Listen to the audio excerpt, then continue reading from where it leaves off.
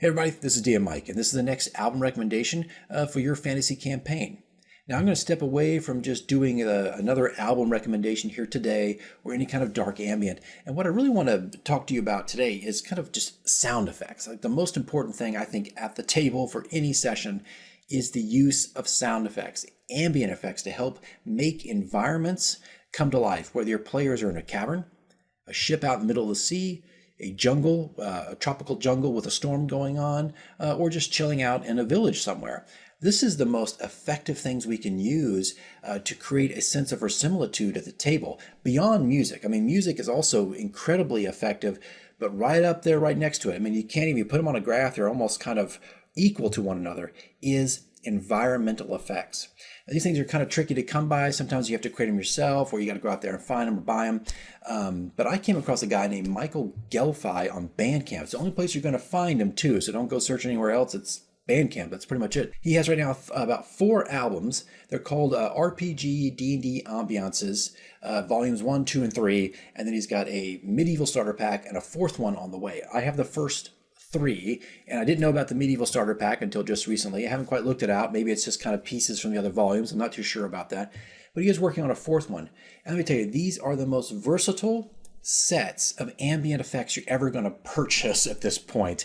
He covers everything. Some of the stuff I even talked about, like caverns to ships to temples to evil dungeons to swamps to graveyards. I mean, it's just, it's all there, and it's cheap, guys. I've done this myself, and I typically tend to still do these myself, create my own environments using Adobe Audition, and I prefer to do that. But if I'm in need of something really, really fast, and I've already got too many things going on, too much prep, boom, I pull immediately from one of his albums. And I'll put, obviously I'll have the images up. Hopefully I've already had the images up. But this is pretty cheap stuff. And what's great about it too is that they're huge. These things are usually about, like volume 1. I can speak to volume 1 because that's the most recent one I looked at. It's like 50 tracks, and each one is 30 minutes long. There is so much stuff here. And let me tell you, this is hours of work. I mean, I can't believe how much this would have taken him to do track by track by track. This is a huge volume of work. And this is really, really great stuff. If you really want to see the verisimilitude just explode at your table, this is the kind of stuff you need to be playing, fine-tuning it to wherever, the environment that your players are in. Man, this is like one of the quickest, easiest fixes for anybody's one-shots and long-term campaigns to make it feel more real. Now, the only gripe I have with these volumes is not the price, it's not anything about that. It's just that they kind of abruptly begin and end. There's no fade in or fade out of any kind. It's just done, it's over.